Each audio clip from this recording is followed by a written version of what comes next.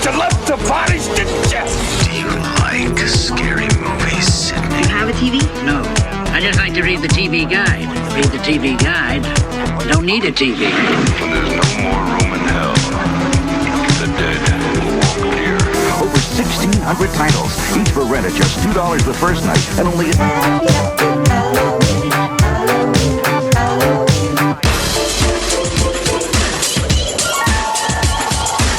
Oh, you're so cool, Brewster!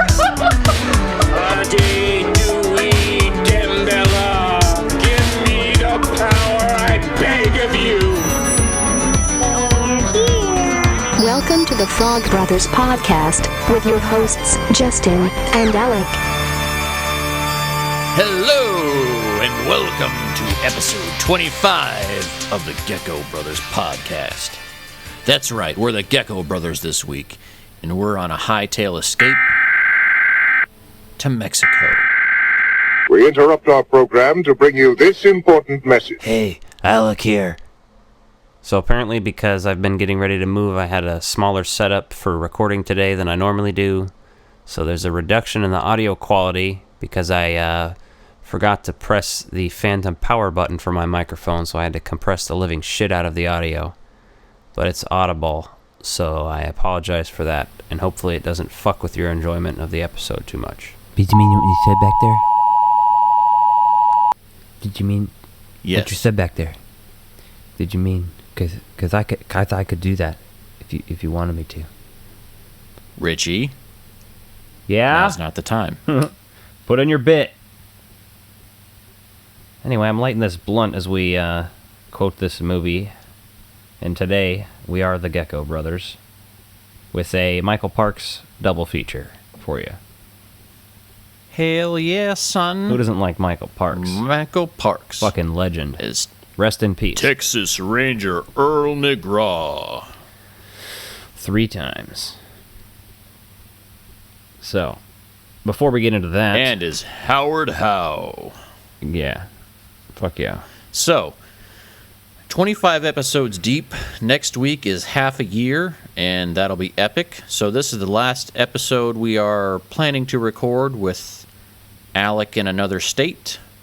He will soon be recording in person as he intends to relocate on a Wednesday. If you wish to follow my move, or me in general, you can also hit up my Instagram. It is Ectoviolence is my tag. What's yours if people want to follow your personal account? At Mr. West Studios on the social media platforms. So you guys can follow those, 'cause Instagrams. We post all sorts of cool shit on those too, so. Yeah, I try to post a fair amount of content between the two, but I also post a lot more cosplay stuff on my personal page, so if you want to see what I'm working on. Yeah. I think it was last week, Dane Cook hosted a virtual table read of Fast Times at Ridgemont High for charity. So I went and checked that out, because you can watch the whole thing, at least an edited version of it. It's like an hour long. Nice. So I'll just I'll go through a little rundown of some of the cast members that I found interesting, at least. The standout I think people are seeing on the internet is Shia LaBeouf playing Spicoli. It was pretty fucking hilarious. He was sitting in a car the whole time, and his phone was like, or, whatever, camera was mounted and somewhere in the passenger seat, so he's kind of looking over, and he's like shirtless and sweating, and he's wearing sunglasses half the time, and he's smoking a joint and shit. Jennifer Aniston played Linda. Ray Liotta was Mr. Hand. Matthew McConaughey was Simone. Sean Penn played the pizza delivery guy. Brad Pitt played Brad. Julia Roberts was Stacy, and Dane Cook himself played Mark Ratner. But it's worth a watch if you really like Fast Times or any of those actors. So, pretty fun. Yeah, that's a pretty star-studded cast, so I could see the appeal to watching that. Checking it out. Oh, did you hit the blunts too hard, boy? Coffee McCofferson over there. Don't you be bringing no Rona up here, you son of a bitch. No. Hey, so you know what today is? Monday Today night. is the 21st day of September. And on this day, we celebrate birthdays that welcome us to spooky season. And I say spooky season because 3 of these are Ghostbusters related, and 1 is the king of spooky writing. So happy birthday, Mr. Stephen King. Come on down. Tell him what he's won. He's won first place because he's the oldest motherfucker out of all this group. In second place, Mr. William Murray, turning 70 years old. Behind that is Dave Coulier, doing his little woodchuck voice he used to do on the Cut it out. competitive. You guys, it's so weird. I'm going to do a terrible Bill Murray impersonation. Whoa. And then Alfonso Riverio, is that how you say his last name? Ribeiro. Oh, okay, there you go. You got it right. Anyway, he turns 49, so obviously well known as Carlton on The Fresh Prince of Bel-Air. But us Ghostbusters fans know him as the voice of Roland from Extreme Ghostbusters. Yes. So happy birthday to those people. 2 properties Now, very dear to you're my going to be heart. listening to this. You're going to be listening to this on Tuesday, hopefully, if you listen to it when it dropped. If not, Tuesday is almost a more important day than anything else we've mentioned, because Tuesday is the anniversary of the premiere of Alf, turning 34 years old. Alien life form. Let's give it up for a welcome, loud, crazy, wild birthday celebration. Ah! Ooh, I wish we could Excuse me while I visit pull a Howard Dean here. Visit Melmac and need to have that Alf cake. Next year we will celebrate all things Alf on Alf anniversary. Hell yes. I love He'll fucking be 35. We'll be talking Been watching a Halloween episode watching of Alf later. earlier tonight.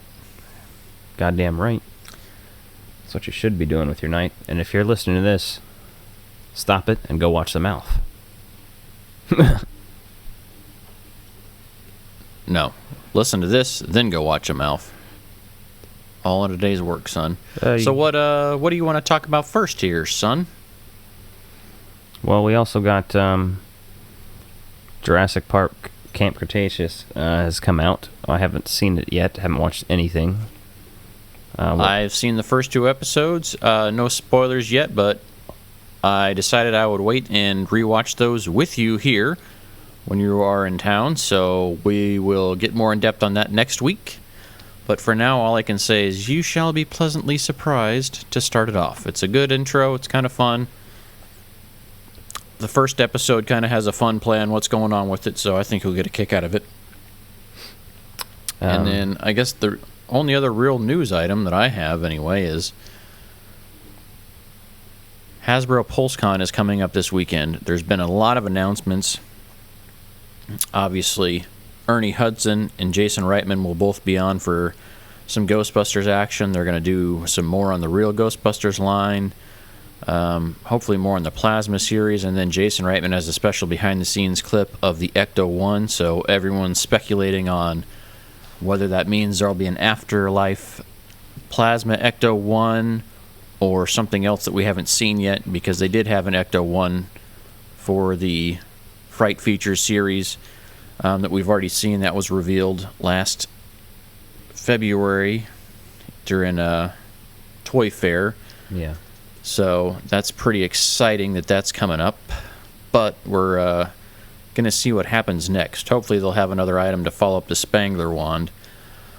But it's kind of dicey right now, man. Like in the fan community, there's a lot of people that still don't have their Hasbro Pulse pre-orders for the Spengler Wand. So tensions are getting a little high out there. Like I've seen just people like losing their minds on it. Mm-hmm. And people hear what they want to hear.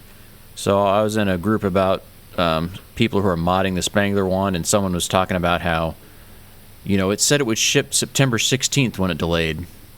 And then I had to do a screen grab and highlight the line. It said, we estimate it to a ship on approximately September 16th. Yeah. So clearly we're a little behind that at this point, seeing as it's the 21st.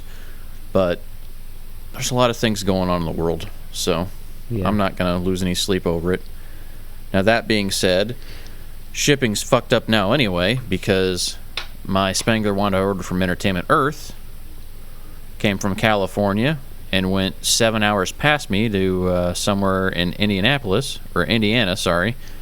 Maybe not quite Indianapolis as far as that, some other town on there, but so now it's got to ship back here, and I haven't had an update in several days, so...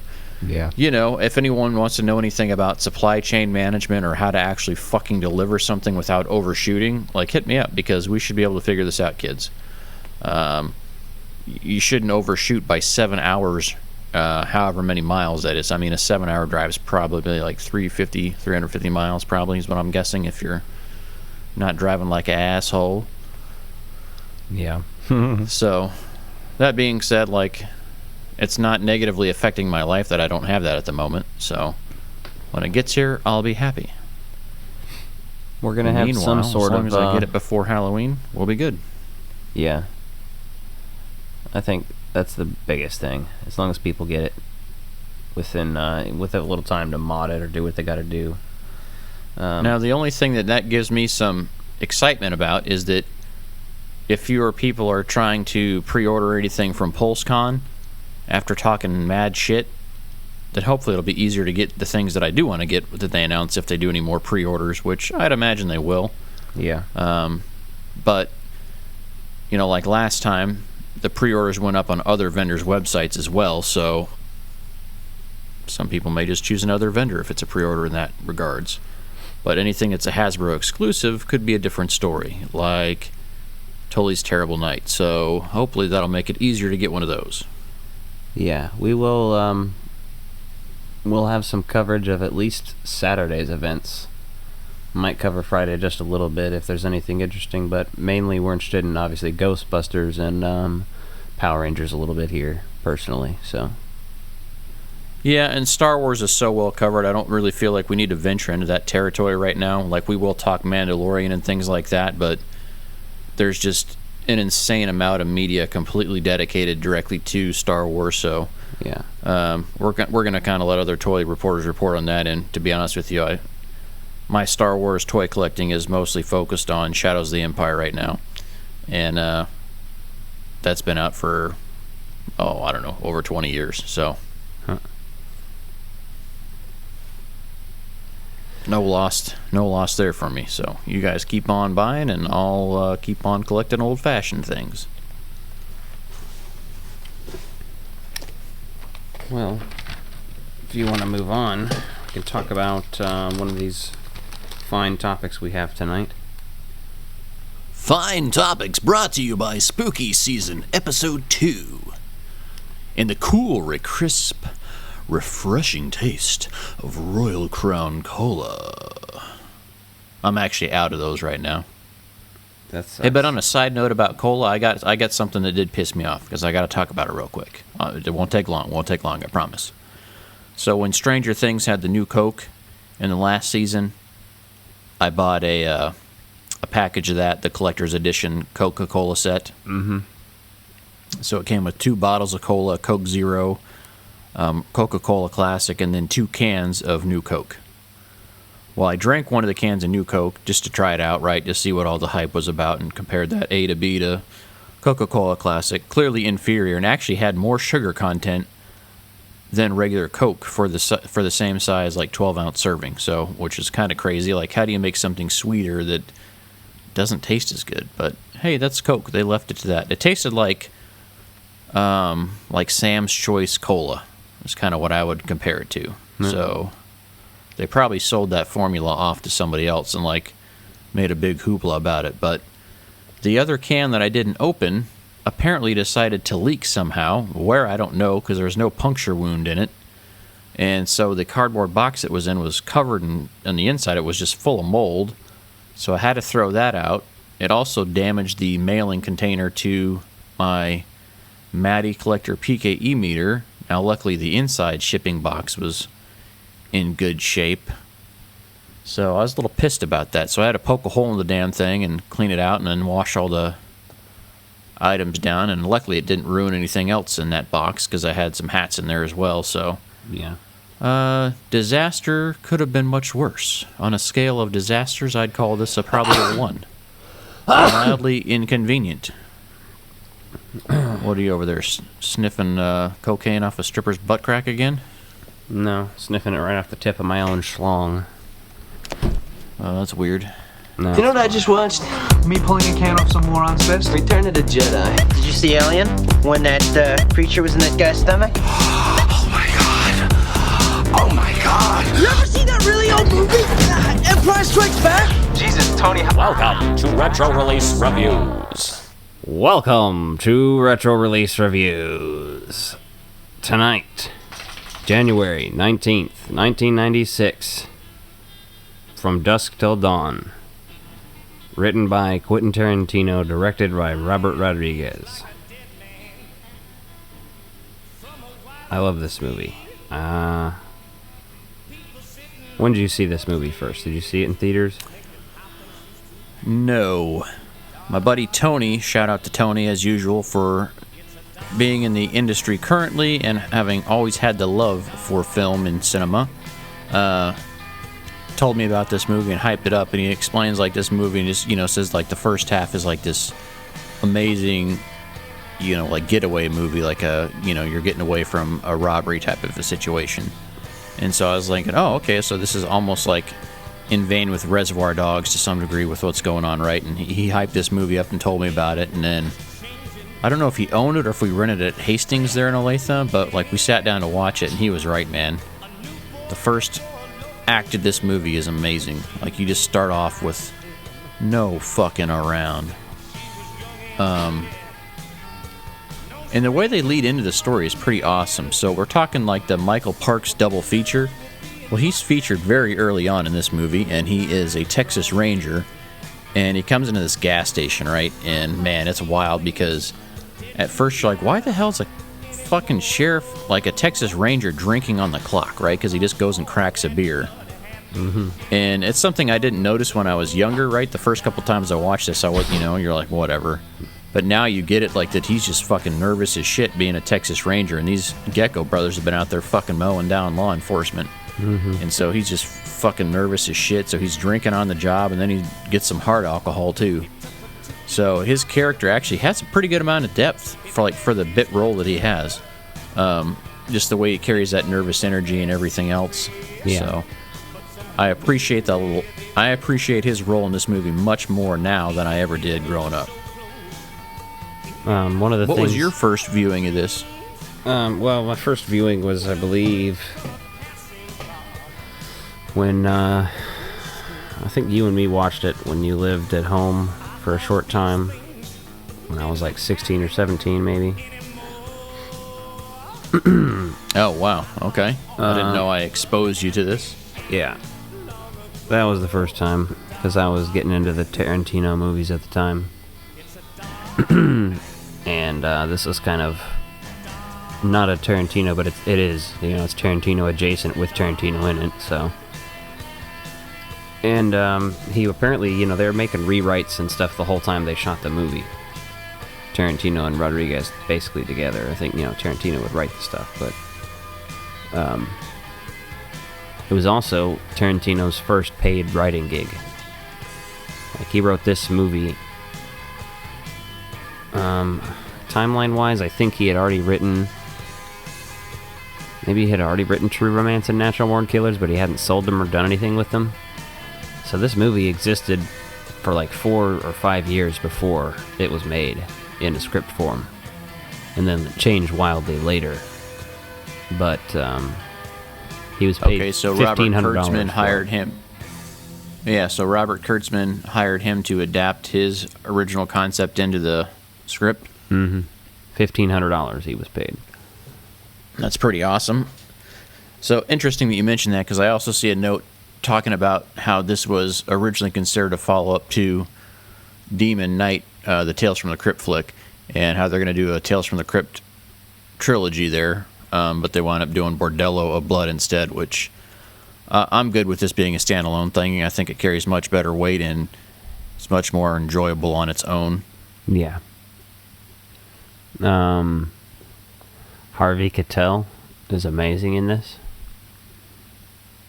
He's often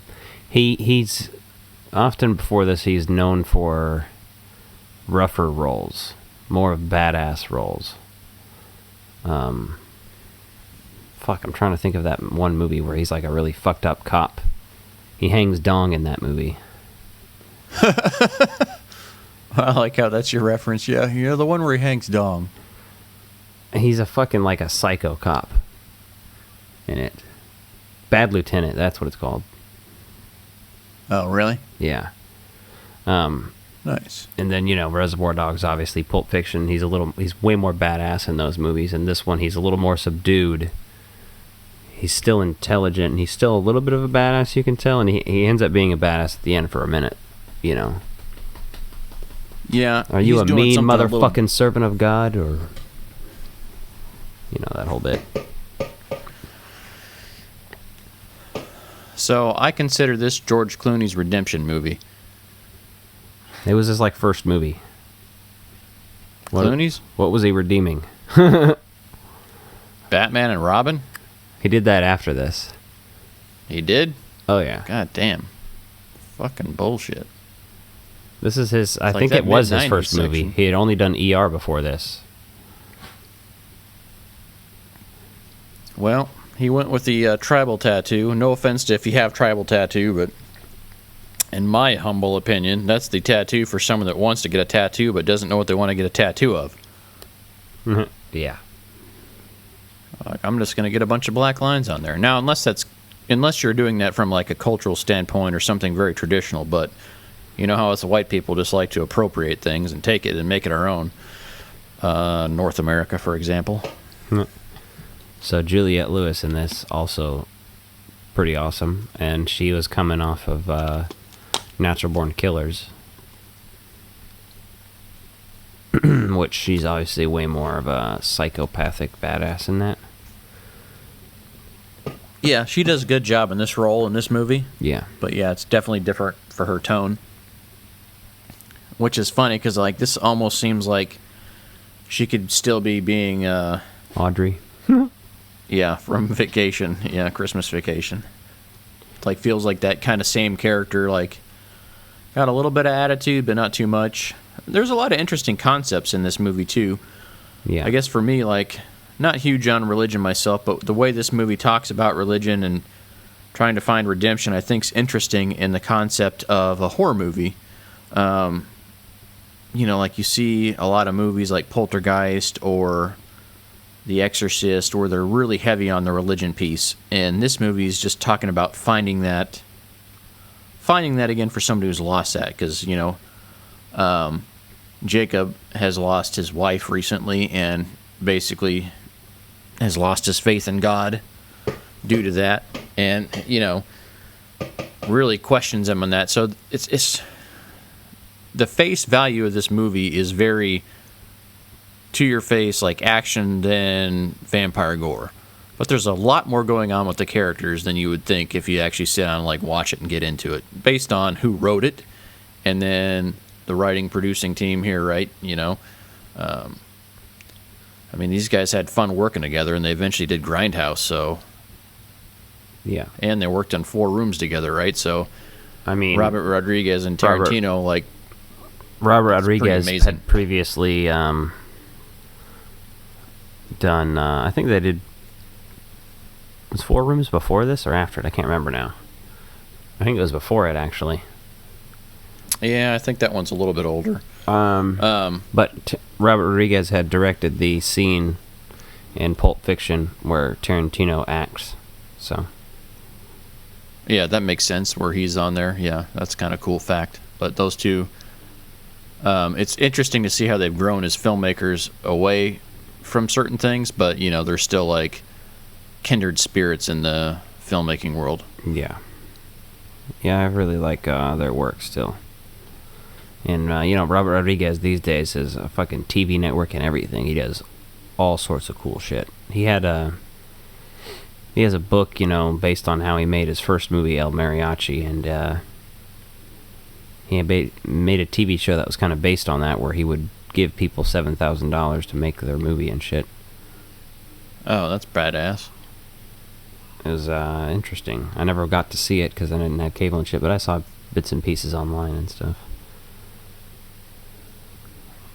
There's green blood from the vampires in this movie, so that they could get past the censors.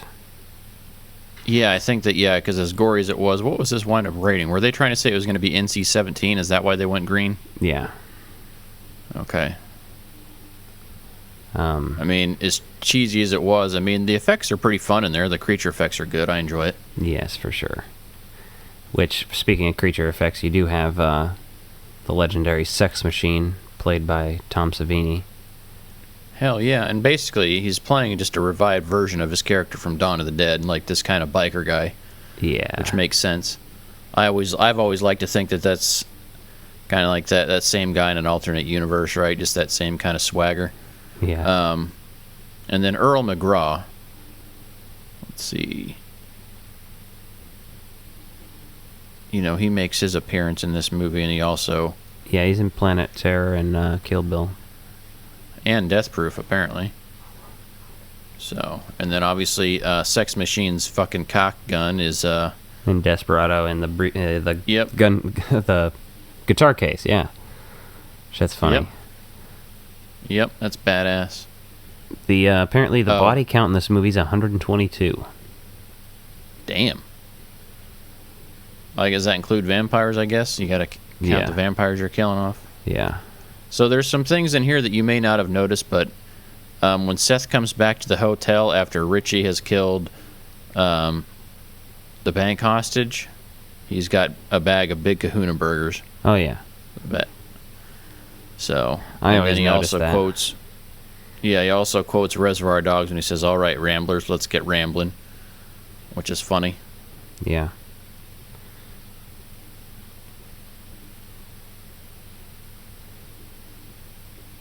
So what's your favorite scene in this movie? I think my favorite scene is when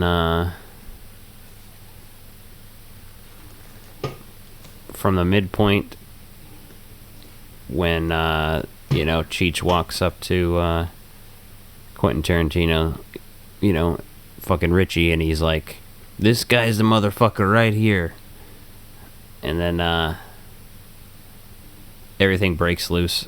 That up until the point where Sex Machine and Frost and everybody are dead is my favorite. Yeah. Sex Machine and Frost and all of that, when they're just working together with some of the bar folks, it's fucking hilarious and epic.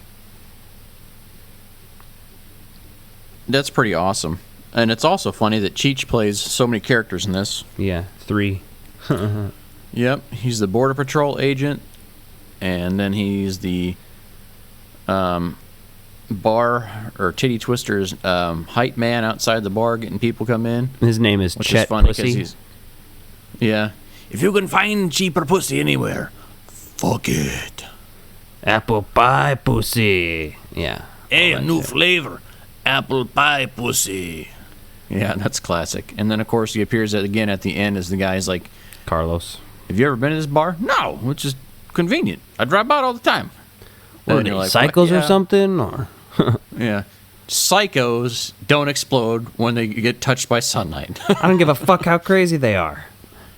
That's amazing. Yeah, so Danny Trejo's in here too. Classic Robert Rodriguez Oh, he looks staple. so fucking young. He looks so young in there too, man. And like, he is not nearly as beefed out as he fucking is these days, man. Yeah, if you guys haven't seen Desperado, go check that out too, because that's really early Danny Trejo too, and he's a badass in that also. Oh yeah, man. He's always been great to watch in action flicks. Yeah. So him and Cheech are both in a lot of Rodriguez's stuff, even the Spy Kid stuff. Oh yeah, for sure. They're both in there, so. No, this one's sick. I love the desert setting. I remember when we moved you out to Arizona, we watched this. And then when I lived in Arizona, I would watch it. It was pretty sick watching that, living in the desert. The soundtrack's fucking epic and awesome and so fitting. The way they shot the movie in general, how Robert Rodriguez, he takes a little bit of Tarantino's directing style in this movie, clearly, even with like the shots where it's I think half of the room you see half the room and you see Tarantino in there in the room with a woman on the bed and shit. Like, that's such a Tarantino shot. Yeah, you can tell they worked together and really consulted with each other. Like, even though Tarantino wasn't directing, like, he had a big hand in, like, the way this picture came out. Yeah. So, the other thing that I find hilarious about this is that Tito and Tarantula is the actual band name that was featured in the film. Yeah, that's his band. And, when they turn into vampires are like, they're playing like the bodies, like, so like he's like slapping a bass made out of a body. You're like, this makes no sense at all. Like, there's no way musically that would work correctly, but okay, it's fucking hilarious because it's just a gross gag. It is too fucking funny. And I love when the band is like, a kick out of it. They fucking explode. They just like commit suicide. Basically, they explode. Fuck you. Good night. Yeah, that's pretty fun.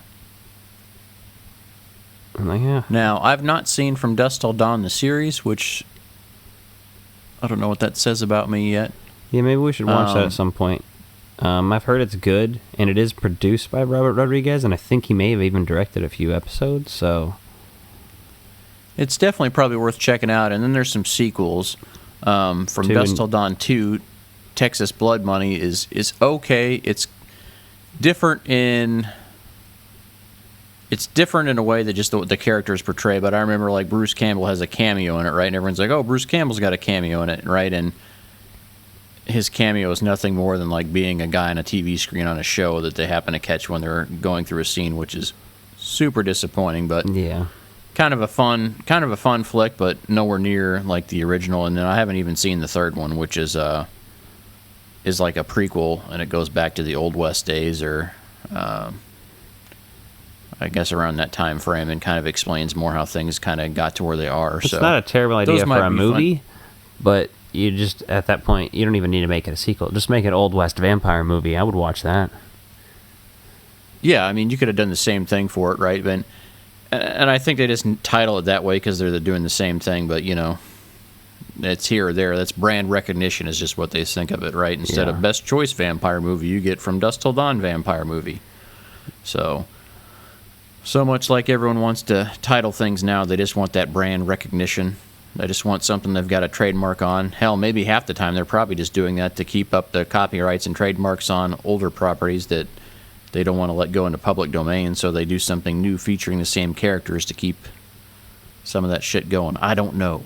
So the DVD I'm not an entertainment lawyer. Did include a commentary, which is the same. It's the transfer from the Laserdisc.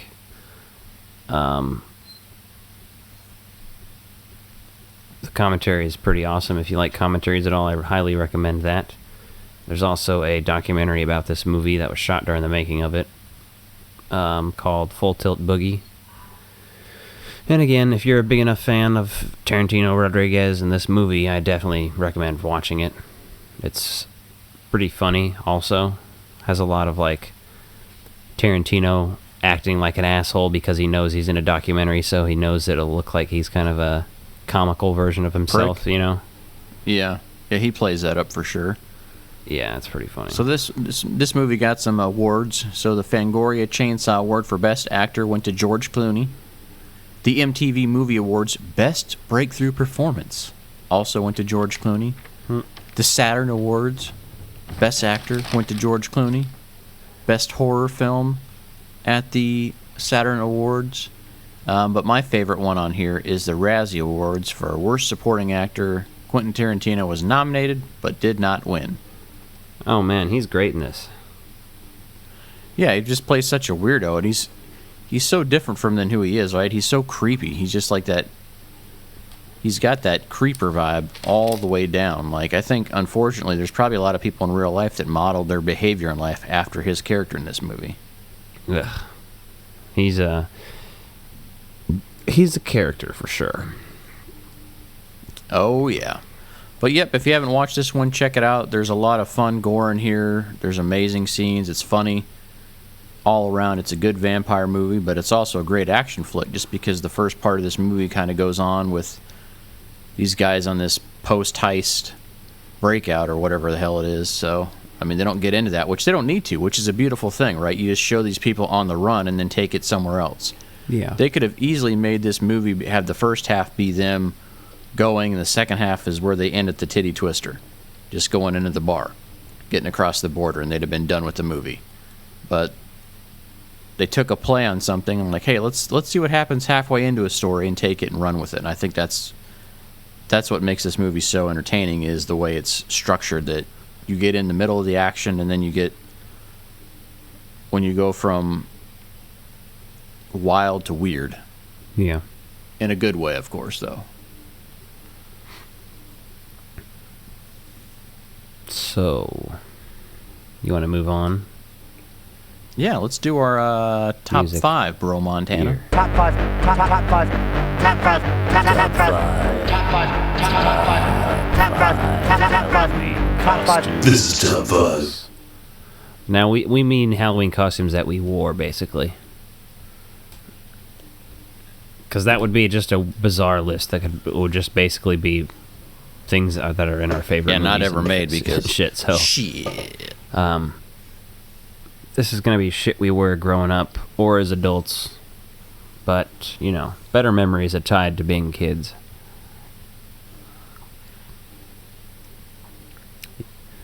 Shit. More or less shit that I actually fucking remember being for Halloween, because there's a number of years in grade school where I'm like, I have no fucking idea what I was. I'd have to ask my mom if she has any photos to prove it. Like, did we even celebrate Halloween that year? I know that we used to have a tradition of getting asininely large pumpkins for our front porch. Like, that was our dad's fucking, like, pride and joy. Yeah. Yeah, but we didn't get to carve it because it was we got stolen. like a Remember that? 150 pounder one year. Like, it was just fucking nuts putting it up there. The thing was gigantic. Yeah, that thing was, someone stole it. Like, they had to back up their truck and take that because it was so big. Like, you could tell where they dragged it down the stairs and where it stopped, and they finally got it onto a truck because that thing was fucking heavy. But we did that more than one year, but I think, it only got stolen the one Number time. 5. But yeah, those things are badass. Anyway, so what's your number 5? Alien from They Live. A couple years ago. Custom made the mask with a couple different mask parts. Some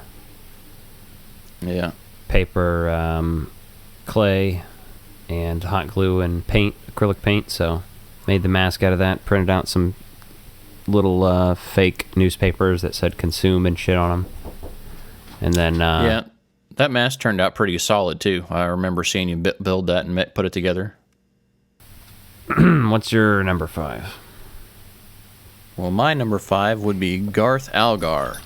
And I've revived this costume a couple of times, but the first time I was having a house party, and I believe you showed up, and this is when our buddy Tony brought a first full-size proton pack I'd ever seen in person over. Yep. Which is pretty fucking epic. I about lost my shit when I saw that. This was October 2009, Halloween 2009. We're living in a band house with some band members, and so my buddy Josh and I went as Wayne and Garth, which is pretty cool. Had fun with that. Oh, yeah. So that was number 5. And I've also done that recently. Like, we went to Wayne's World the other night at an outdoor screening, and a different friend of mine, Nick, wanted to do a Wayne and Garth mashup for Wizard World when we went to Wizard World in Chicago last year. So that was pretty cool that we did Ghostbuster Wayne's World. And then for the Wayne's World showing the other night, we just went as Wayne and Garth, which that theater's like a local chain. The owner's a filmmaker and stuff, so they always get a kick out of that kind of shit. And I think that, it makes them happy when you come out and do stuff like that there. So people definitely liked it. Sick. What's your number 4? Buzz Lightyear to the rescue. I don't know, it was like 5 or 6. The only thing, looking back, I wish I had some sort of like fishbowl helmet to go on top, because I didn't have that, but it's just like one of those silk costumes. Yeah, just one of those cheapy ones, but like you still feel cool in it, but like... Not cool enough, but it worked. Yeah, I'm just thinking like how I would actually make it more fucking like accurate for my kid if they wanted to do that. I'd put some fucking time into it just so they could feel like the fucking coolest thing on the planet. Yeah. I think that kind of thing in life is important for your confidence. Mm-hmm. What's your number 4? Well, we are called the Frog Brothers Podcast, and I was a vampire one year, and pretty much just a generic vampire. I remember just getting some vampire teeth and a vampire cape. So the one side of it was like black, on the inside of it it was red. It was like just a vinyl cape. So just kind of the basic stuff there. I remember like, mom doing the pale makeup on me or whatever, which is kind of cool. So definitely had a blast being a vampire. Love vampire movies and mythology, as you're going to find out over the course of spooky season. What's your number 3? Number 3 is October of 2009. When you were dressed as Garth, I just showed up as Marty from Back to the Future. I had a maroon t-shirt, it's kind of like a yellowish button-up shirt that he rolls up the sleeves on, has a little pattern on it. I tried to find something similar. And then a denim jacket and the red puffy vest, jeans. I threw on just some skating shoes because I didn't have time to find replica Nikes or anything like that. Yeah. And I just had a skateboard with me and my aviator. What'd you jump ship? Exactly. So that was my favorite. Coincidentally, I will mention, a couple years ago I worked at AMC, and I actually won the Halloween costume contest. And I didn't put that costume on here because it was unfinished. That was the year I just got my spirit pack. So I had the spirit pack, and I just had my regular jumpsuit and boots, and a belt and shit. But I won the Halloween costume contest at my work when I worked at AMC, and there was a girl there who was smoking hot, dressed as a female Marty. And I was in a relationship at the time, but the me now is like, damn it. You could have had a little pop culture baby factory opened up. Basically. Or just relationship, because not everyone wants kids, so got to respect that too. Yeah, so there's that. So Marty, yeah, she was a way better looking Marty. What's your number 2 or 3? My number 3 is Ghostface, but I was an asshole in junior high and just had the fucking Ghostface mask. I didn't buy the whole costume. And I think the only reason I didn't buy the whole costume was when the movie came out, they were selling the mask just as like part of the promotional items for it, but they didn't have the full costume till Halloween. And so I just bought the mask, but I used to wear that thing all the time and scared people and pop out at people. And I was kind of an asshole, but I thank my dad for that because he used to try to scare us and just pop out and basically showed us all that you're supposed to scare each other every chance you get. So I still do that sort of thing. Mm-hmm. So if you've been scared by me, I'm not sorry. You can take it up with my father. But I get a kick out of that. So wearing that mask was always fun.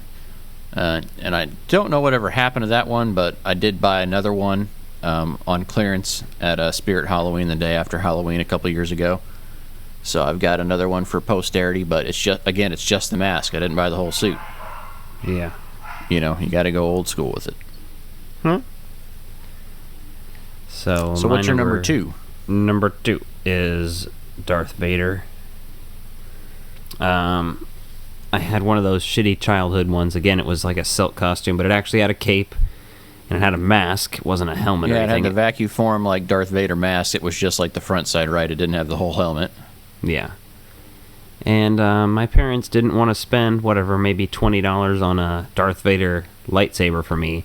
Because for me as a kid, I was like, oh shit, if I'm Darth Vader, that's a perfect way to get the Darth Vader lightsaber, and then I'll just have that as a toy. No. My parents went to literally some weird cheap Halloween store that we never went to again. It was like one of those ones like in a warehouse district. Yeah, and it was white. Generic light sword. All right, if I was going to do that for my kid, I would have at least painted the damn thing red somehow. Which I'd is have weird how made that worked shit in our right. family. Like, sometimes shit was really cool, and sometimes it, yeah. Yeah. So, my number 2, I was a pirate one year, which is pretty badass. I remember Mom made the t-shirt for me, so she just took like a white t-shirt and put some like felt red stripes on it, and then like cut up the bottom of the shirt so it looked all cut up and tattered, you know. Mm-hmm. And then I had the little hook hand and the fake earring, and then she even like fucking did makeup, put on the beard, and I think I had some sort of, I don't know if I just wore a bandana for the, you know, I didn't have a full hat on, so it was kind of just one of those things. But I remember that one. That was a fun costume to wear around and have. Yeah. And apparently it stuck with me because I've got a fucking full-size pirate ship tattooed on my ribs. So, hey. What's your number 1? Number 1 is, I guess, technically an Extreme Ghostbuster. Because one year, I literally I had a pair of beige pants that I put on because they were similar to the Ghostbusters beige color. As a kid, that's what they reminded me of. So I put on that, put on some snow boots, and I wore my Extreme Ghostbusters Proton Pack. Which you recently repurchased one of those. Congratulations. Hell yes. Yeah, that's pretty badass. So, I'm not going to lie. That's basically what my number 1 is, besides being extreme. It was just real. Yeah. So my number 1 was real Ghostbusters. So this is back in the day. So by the time Ghostbusters 2 came around, it was a lot easier to find like the Halloween jumpsuits at the store. But merchandising. You know, and they had some of the crappy like form-fitted Halloween masks, but the costumes didn't look good. So my mom found at like one of the, you know, bargain discount retailers around here, I think it's gone out of business, found a blue pilot's jumpsuit, right, and had some pilot badges on it or whatever, but I didn't give a shit. I was a kid. So had a blue jumpsuit, and then obviously the Proton Pack from Kenner, and then the Kenner armband for the Ghostbusters Proton Pack was the logo, so that worked. And I've got photos of me at preschool wearing my Ghostbusters get-up, so that was pretty awesome, being able to have that on there and have photos of it still. And I think there's photos of me and Alyssa and Jenna, our sisters, that were there for that one. That was well, you didn't exist yet. So the dark times. But the dark times, yes. It's like it's like the Savior. The Savior has been born. He has arrived. Exactly. The dark times. You are the one they've written about. You are the one they spoke of in the prophecy. The prophecy says, when Alex... I don't want anything to do with your prophecy. I didn't ask for this. Yep, so real Ghostbusters all the way, which is funny. So so we're on a Halloween kick, so we're also going to talk about a few other things here just because we can, and it's our podcast, and we do what we want. Fuck you. So, don't do what I want. I'm burping the microphone. So I remember one year I bought a hockey mask, like a green hockey mask. And for one reason or another, like, Dad was pissed about it, but I talked Mom into getting me one. And he kept saying no, no, no, and like he made her return it, and he was a real dick about it. And he never explained why he didn't want me to have the Jason hockey mask. No fucking explanation as to why. Lame. And this is coming from the man that used to taunt me with like Freddy Krueger stuff. If I was being bad or acting out or whatever, he'd be like, "Oh, I'm gonna call Freddy," or we'd drive by this old creepy house, be like, "Oh, there's Freddy's house." Yep. So the fact that he didn't want me to have a hockey mask that didn't even look like Jason Voorhees, right? It was just like a green glow-in-the-dark hockey mask, just a very generic one at a very generic cheapy Halloween store, right? You're like, yeah. I don't understand why you don't want me to have that, but whatever. Never understood that one. Nope. And then, so to give you a little more story on the Ghostbusters costumes. So obviously I never did that again until 2007 when Ruby's put out their shitty flight suit with, it inflatable proton packs. So you had one of those, I had one of those, and our nephew had one of those. Do you still have that it? year? And no, I got rid of that fucking thing. It's trash. I still have the inflatable proton pack, but that's the only part of that costume I have. But I just have it for like, it's kind of cool. Like just the fact to have an inflatable proton pack around, not to wear it around, but like that's a cool thing. If you think about it, it's not a bad thing to just have sitting around. Well, to me nowadays, having like all the other stuff out there, it'd be fucking hilarious. What was that? I was gonna say it'd be hilarious to have someone use that as a stunt pack in a fucking fan film. Like with another wand on there, right? A better looking wand at least, but just to have that, because like there's clearly scenes in Ghostbusters 1 where you can tell like that's a foam replica of the pack. They just did a full foam molding of it, but yeah. I was about to say we should get a hold of one that's like really, if we can find one for really cheap, I bet we can, and make an instructional video on how to upgrade your Ruby's proton pack. And they'll think we're talking about like the newer Ruby's shit. Oh, and God, then it'll just be the people. inflatable one, and then just fucking take a power drill to it and pop it. So the coloring on those is so bad. I remember like just the khaki color was just like way too almost orange. Oh, It yeah, almost like looked a yellowish fucking orange. Simpsons character. Yeah. So I remember like the only photo I think that I have saved of that, I fucking photoshopped it to the flight suits being the right color just so I didn't fucking look back and hate it. And that's all of us behind your van. Alec drove a white little minivan at the time. And I don't know, that was kind of fun though, because we went cruising around in Alec's white van. We didn't have any stickers on the door, which would have been awesome, but we went cruising around in the white van, listening to Halloween tunes and the Ghostbusters soundtracks and shit. And yeah, up until then, I had never felt that cool before. And so that inspired me that a couple years later in 2010... Was that the same year I did it? Yes. I couldn't remember, because I know that's the year that I built that pack. Yeah, so in 2010, our band was playing a show, and you were playing in the band at the time. We were called Aim High, I think is what we were going by then, or whatever. I don't know. Went through a bunch of names. Yeah, and I think that's what we played a Halloween show. You were Boba Fett. Hell yeah. And I was a Ghostbuster, but that was the first time I went through the military surplus store and bought a flight suit and a belt. And neither were super accurate. The first one was one of those like shitty Rothko suits. And they're good to get you into it, right? And I wore that one for a number of years. Even after the PKE meter came out, I went to one party at Tony's that year as a Ghostbuster, just with the PKE meter belt, and I don't even think I had good elbow pads then. And then I got had the Matty Neutrino wand for a minute before I flipped it, but I used that at Halloween when my oldest son was born. His first Halloween, I carried him around in the suit, and he was dressed up as a pumpkin, so I've got some cool photos of that one. And then obviously since then I've gone on to do much more accurate suits, and it's not a problem because it's for a good cause. So as part of the Midland Empire Ghostbusters, we do a lot of community events, charity events, birthday parties, anything like that that's just a good cause for good times, make people happy, make people smile.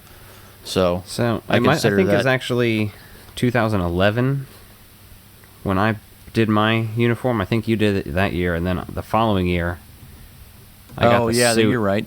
And then I decided to build the pack, and I looked up just a whole bunch of pictures of the pack basically, and then I went didn't you use one of the dollar store build guides at the time?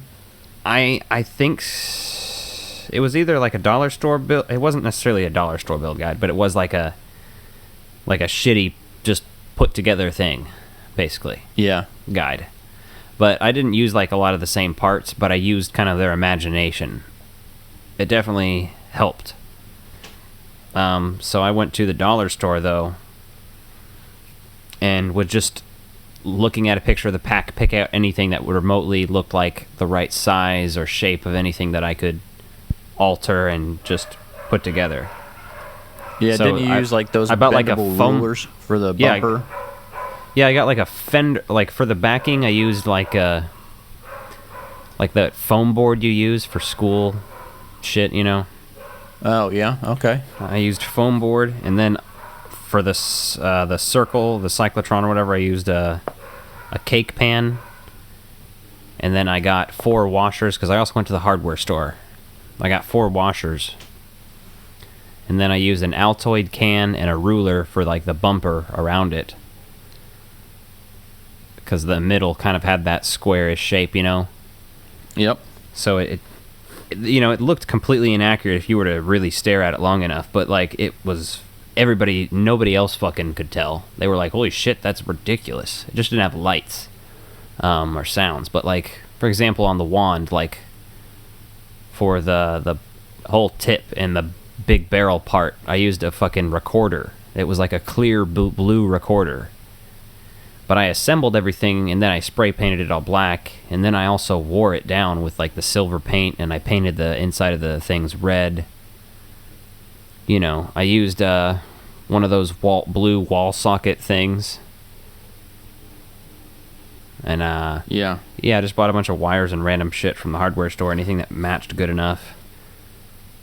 It was pretty cool. I was pretty proud of it. And actually, I had ordered a real Alice frame on eBay, and I don't know what happened to that Alice frame to this day. It might still be in the attic. I'll have to check tomorrow, but I did mount it onto an Alice frame. Yeah, that, I think to me, like, that added to the realism of it, right? Yeah. And that was pretty awesome. I wore it to somebody's party with you and Tony. It's Colin or Daniels or somebody's, maybe? Yeah, I don't even fucking remember, man. My memory for some of that stuff is not as good as it should be, I guess. Well, I was also really... I think I'd eaten edibles or something, because I was really fucking stoned out of my mind at that party, so... Yeah, that's a... Speaking of, if you heard a whole bunch of shuffling sounds, that was just some ASMR of me rolling a blunt. That's awesome. So that's our wild and crazy Halloween stories. Wild and crazy Halloween guys. Because we are wild and crazy Halloween celebrating guys. Man, just thinking about that is like, man, we got to cover some SNL in the future. Oh, we'll do that's that a good though, call. Eventually. Wintertime stuff. Yes. So I think we should talk about...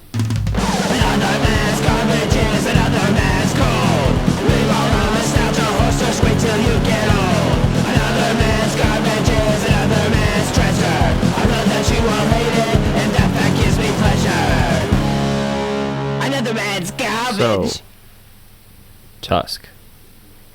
So Tusk. Let me tell you what I know about Tusk. So the first time I started watching Tusk was with a former lady friend I was dating at the time.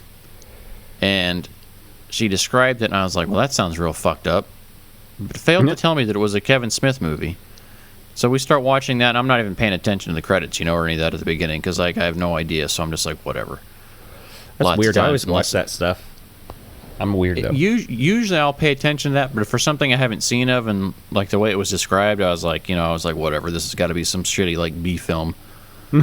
And I didn't even think I realized it was a Kevin Smith movie until you told me about it later on. It was like, have you seen this movie Tusk? And I'm like, well, fuck. I watched like 3/4 of it, and then it's pretty late or something, so like didn't finish the movie. But oh yeah, it was totally late.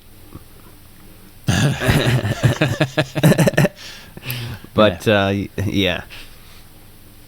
No, I don't want to get into those shenanigans. Anyway, so yeah, you started talking about it. And I was like, all right, well, I'll have to give it a watch again, right? So I watched this probably last year, I want to say, around Halloween season, and gave it a try. Mm-hmm. Or maybe it was more recent than that. I don't remember. But it's definitely an interesting movie. I'll tell you that. Oh yeah. How did you come across this? So, I don't know, maybe 2 years ago, I started getting into podcasts a lot. And Kevin Smith had a lot of podcasts and a lot of previous podcasts to listen to.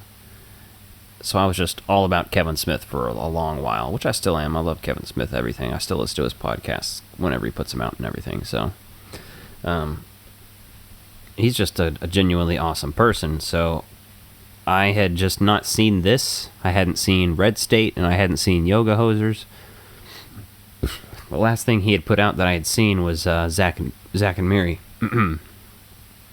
which was a great movie. So I knew that he had done Red State, but I just hadn't seen it because I was like, it had been on my list. And then when Tusk came out, I kind of remember hearing about it a little bit, but I wasn't... I don't know, I just don't remember being into a bunch of horror at the time. Maybe my life was in a weird spot or something, or I just don't remember where exactly I was when that came out, But, so last year I came about it at a very dark point in my life when I was going through a very fucked up breakup, and it fucking traumatized me when I watched it, because body horror movies are what fuck with me. Cronenberg movies and shit like that. So I will say, give us your list of movies that are fucking disturbing about the body so we can make Alec watch them. And as we stated previously, we're not fucking watching Human Centipede. So if you want to watch that, I would recommend you go open your door, put your foot in the door, and slam said door, and keep your suggestions to yourself. But other than that, we're open to ideas. Yeah, I'm not going to watch Cannibal Holocaust, so don't recommend that either. All right, well, I'll take your word for that one. Clearly, that's something that's an old horror movie that is thought of as one of the greatest, but it also has weird shit in it. It's about cannibals, obviously, but there's actual animal murder in the movie, real animal murder. So. Oh yeah, that's kind of fucked up. There's like literally turtles, like multiple different animals throughout the whole movie. And it's done by weird tribes people and shit. And I'm not sure if it's done by the actors or not. But I don't know, man. So just not interested in that. So I do want to see more horror films that horrify me, because I'm so desensitized to them now. Or, I don't know what it is. I just see them as film, as works of art, maybe. But another one, the remake of Maniac, starring Elijah Wood, that one's really fucked up to watch because it's a lot of point of view murder. So it's like really up close and in your face. So some of that can make me uncomfortable too. Rape scenes and stuff like that makes me really uncomfortable. But body horror is what really fucks with me in the mind. So yeah, I can relate to that, man. Yeah, for a long time, I don't know why, but I'd went a while without watching a lot of horror movies in my 20s at one point in time. And I remember, I went and saw one of the Saw movies, like Saw 2 or 3, and being really fucking grossed out by it. Right, there's two types of horror movies, stuff that you're going to get scared from, and I do enjoy a good jump scare, I love being surprised by a good jump scare, But, the psychological thriller part's also fun. And so, I think it was Saw 2 I saw, because Saw 2 is directed by someone from Kansas City, and I'd read an article in the paper about it. So I was like, well, I haven't seen the first one, but I can go check this one out. Because I'd found out that was a movie that was written by a guy in Kansas City. Yeah, and then they basically said, oh, well, we're just going to adapt this into a Saw sequel. So they took his script and just adapted it, much like they did with Die Hard 2, and it happens all the time. So yeah, but those are just a few honorable mentions. So I get that this movie having the body dysmorphia and body, I don't even know what you want to call, they call it body horror. Body horror, yeah. I guess body horror, yeah. Just kind of can see how disturbing that is, right? It's the stuff like The Fly. The Fly is really fucked up for me to watch, and that's why I like it. The Cronenberg Fly. All Cronenberg's movies are really like that anyway, but yeah, I like those a lot. That's just kind of weird amorphous, like The Thing. The Thing is another one that has a little bit of body horror in it, but it's a little easier to watch because it's way more entertaining and funner to watch, because it's not necessarily, that it's an alien most of the time, unless it's an alien absorbing the human, and then you see him half absorbed and shit. That's cool. Yeah. Yeah, so I remember even being a little kid, I used to hate the end of Spaceballs, where they are spoofing aliens, where the thing rips out of the guy from Alien's stomach, and it's fucking gross. Like, I remember not liking that scene, but then, like, all of a sudden you're grossed out and freaked out by it, but then when he starts doing a song and dance, and you're immediately okay with it. But, yeah, like, any of that body trauma and body horror, I can definitely see why it freaks you out, and this movie is full of it. Yeah, but again, much like many of the 90s filmmakers, and I would say 90s indie filmmakers that aren't just doing your run-of-the-mill type stuff, right? They're doing interesting stories and interesting concepts and stuff, right? This definitely has some vibes to some of the Tarantino things and, some Rodriguez stuff, and they're just in the overall tone of this, which is interesting because Kevin Smith usually just kind of does his own thing. Yeah.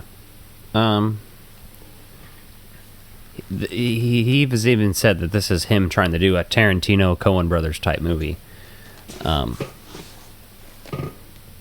it's done very well. There's only a few moments that you kind of feel like take you out of it a little bit, and that's mainly, to me, Johnny Depp's character. Yeah, that's what we were talking about that earlier. Yeah, is Guy Lapointe. So, yeah, him playing that character is just... He's good, right? It's Johnny Depp, but he's like... He does take you out of the moment, because it's Johnny Depp, but they're trying to make it look like it's not Johnny Depp. Which to me is... Johnny Depp wanted a makeup guy, and it was his idea, and he wanted his nose to look like a dick. Yeah. That was all his idea, because he was thinking, I'm in a funny Kevin Smith movie, I think. Yeah, probably, right? I mean, I can't blame him for that. But the movie, the pacing and stuff is interesting, right? Because when you're first watching this, you have no idea it's going to be a horror movie, right? It doesn't have any of those tones or vibes to it.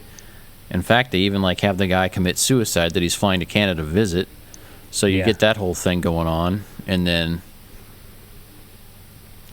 Which to me was interesting anyway, right? I like how he takes this concept of a podcast, because clearly he's a pioneer in podcasting, and is like, okay, how do we tie that into a movie and make it interesting?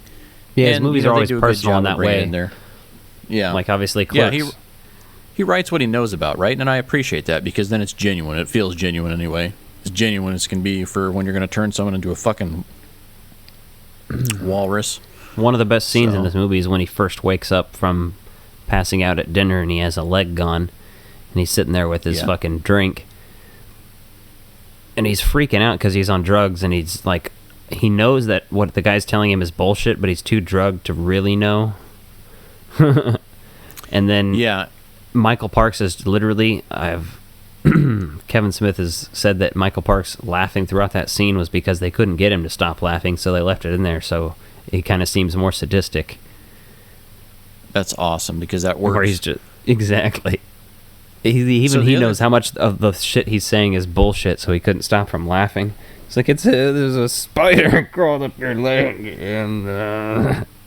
Yeah, and I like how he says brown recluse, and I like how they keep that consistent, because even when Michael Parks is talking to Guy Lapointe, later on, and you have that flashback of when Guy Lapointe meets him the first time, as he's investigating this, serial killer is basically what he's defined him as.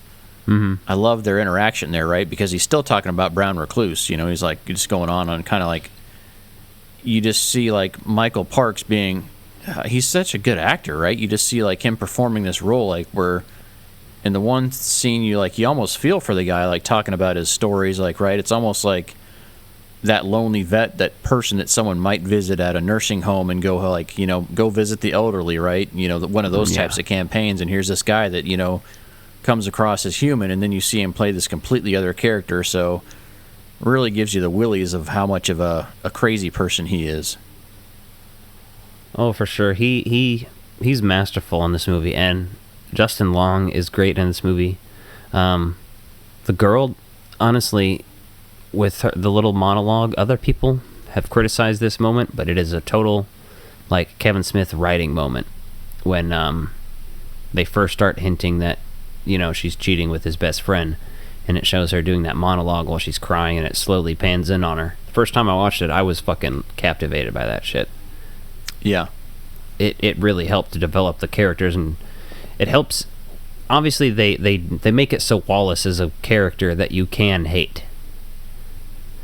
And they do that on purpose very clearly with all of the shit that he says and does throughout the movie, throughout the whole fucking time. So you're kind of just like, all right, you don't feel too bad for him. But at the same time, you end up feeling bad for him because you're like, well, everybody's fucking... It kind of switches it on you to where you're like, well, everybody is human. And see, even though she's cheating on him, and even though he's cheating on her with him, they still want him to be alive and maybe fucking...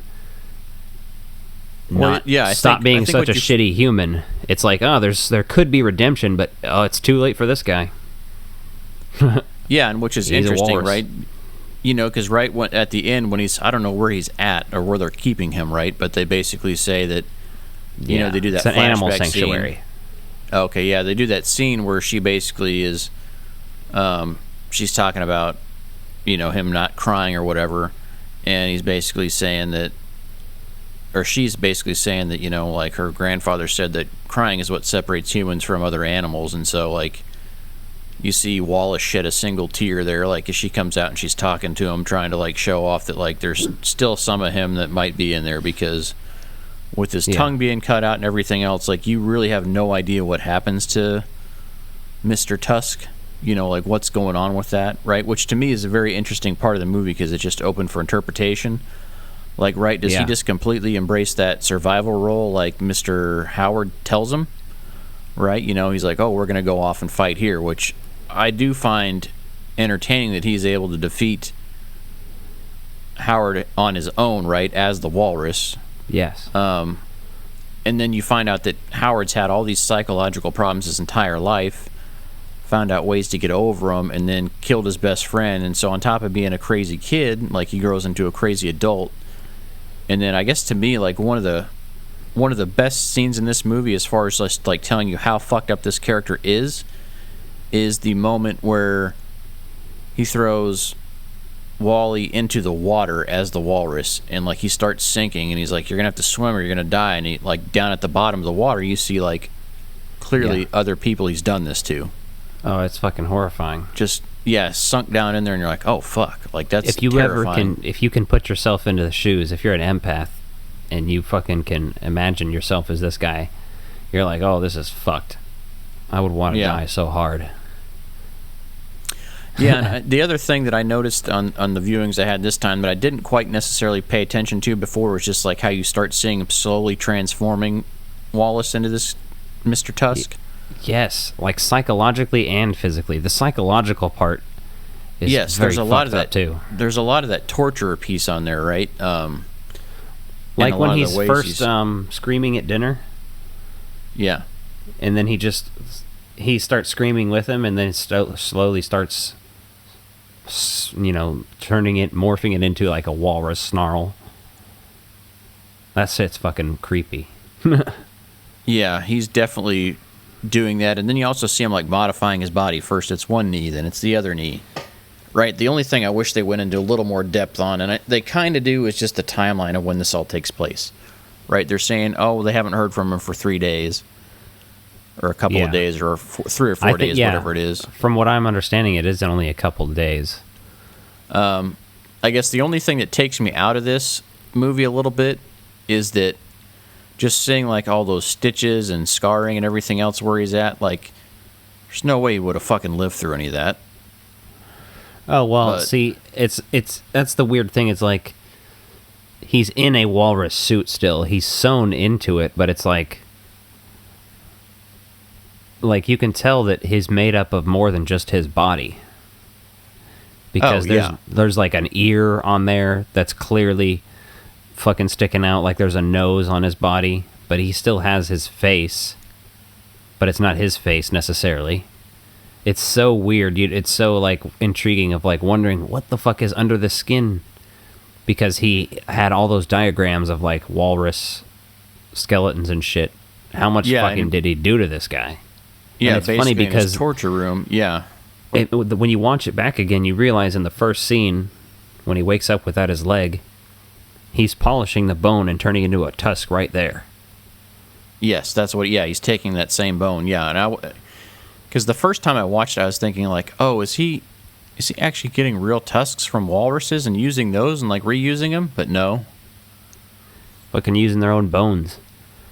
Yeah, and that was interesting, though, the way that, they make Wallace such an asshole. Like, at first you're like, yeah, whatever, fuck this guy, because he's bragging about cheating on his girlfriend, like, on the road when he's traveling for this stuff, and you're like, oh, okay, whatever. So you don't really have a feel for it, but Justin Long plays that so just, it's believable, right? Because you're like, okay, you could, we've all met people like that, unfortunately. People are just like, not to mention the very on-the-nose jokes of him being named Wallace. Oh, yeah. Yeah, exactly. Which sounds like walrus. And his mustache, exactly. which looks like Tusk's. Yeah, like they've got it clearly divided and like having a terrible mustache for that reason. Yeah, that's all very intentional. I appreciated that. Yeah, I like that stuff. And I thought it was interesting how they added the Ernest Hemingway story into there as well, right? So you kind of get the torture piece from this guy's life. Yeah. But I did think, and then you got that post-credit scene where LaPont has basically got a stomach ache from eating too many burgers, and I think he says, like, oh, I shouldn't have had that second slider. And then clearly this is, you got some characters that lean into this universe, the Kevin Smith thing, where he's got Harley Quinn Smith as Colleen McKenzie, and obviously Lily Rose Depp is Colleen Collette, and, they both obviously appear in Yoga Hosers, which is an entirely different movie. But, I do appreciate filmmakers that aren't afraid to, like, take characters and do something different with them, right? Because you could say, oh, that's a Tusk sequel. No, not really. These are just characters that happen to be in that universe that are appearing somewhere else now. He's supposed to have made, at some point, he's supposed to be making Moose Jaws, which is supposed to be the third in his, what is called the True North trilogy, which is his movies that take place in Canada, which is Tusk and Yoga Hosers. I haven't heard much about that, because I think basically he's got a lot of his creative energy going into Clerks 3. Well, he's got Clerks 3, he's got Twilight of the Mallrats, now he's working on Green Hornet cartoon, as well as the He-Man Masters of the Universe fucking cartoon, and Moose Jaws, and Kilroy was here, which is something he already shot, but it's there's a trailer out for it now. Nice. Yeah, which is interesting. I've always been a Kevin Smith fan, so the fact that I completely missed this film, because I think I was like you. I'd seen Zack and Miri make a porno, and then since this was outside his normal realm where he'd ventured before, it was like, even with release it was so. Yeah, I think the hype and the press and the whole promotional junkets and everything like that, somehow I just missed all those. And I mean, like, when I look, it came out in September of 2014. Even before then, I kind of know what's going on in my personal life at that point in time, which, has some reason why I didn't really realize what it was or hear about it at the time. But interesting Red to see. State? No, I haven't. Yeah, you need to watch that one. Also stars Michael Parks. Has John Goodman in it too. He did that one. I think it's 2011 or something. He did that one. Yeah, I'll have to check it out soon. Kind of a Tarantino-ish style parody on the Westboro Baptist people. So. Oh, okay. Oh, I guess I did hear about that, but I didn't watch that one either. Yeah, and that was Maybe I just don't remember when that actually came out. I remember hearing about it, but then I didn't hear much about it when it was actually released. Well, all these movies have had a lot smaller, not wide releases. Like he's doing a lot of movie touring and shit like that these days. So yeah, which I appreciate that. Right, that's always fun to do something more intimate and cater to your fans that way and make it something more memorable. And then with the way streaming services are and everything, it's easy to make it available to a wide audience. But for those diehards, they can get in and get something that's really a unique experience for them. It's punk rock filmmaking, so pretty much. I definitely appreciate that. So, that being said, that's Tusk. So if you haven't seen Tusk and you like horror films and you like Kevin Smith films, fucking watch it. It's not scary in the traditional sense that you'd expect a horror film to be, but you got to look at the psychological trauma going on in this movie and obviously the body horror that's going on in this movie. And the way Kevin writes real characters on there. And to me, that helps make it a lot more enjoyable when I realize, like, okay, that's Kevin's, like, kind of writing style in here. So check it out if you haven't seen it. The last thing I'll say is this is one of the best examples of a true horror comedy where there is real moments of fucking horror, not just, like, funny moments that happen to be bloody and shit. There's real fucking horror, and then there's real comedy, and they're separate moments. It's a different than something like Shaun of the Dead, where they're kind of blended together. Yeah, this kind of goes back and forth, right? You don't have, like, over-the-top kills that are hilarious or anything like that in this movie. It's very much like the comedy sets the tone for character development in certain areas, and then the torture continues that character development in other ways. So it's well done in that regard. Yeah. Time for Schmepisode by episode. We now return to the real Ghostbusters. Diane, 11:30 a.m., February 24th. Entering the town of Twin Peaks. Pretty good. Bill Murray's the funniest man on the planet. Episode by episode. Devil eyes. I will poop in your butthole. That's bizarre and unusual. Go ahead. So, we're on episode by episode, Extreme Ghostbusters, episode number 20, Seeds of Destruction. Yep. So this is kind of an interesting episode. I wouldn't say I love it, but there's moments in it that I enjoy quite a bit. Yes. It's almost got some... I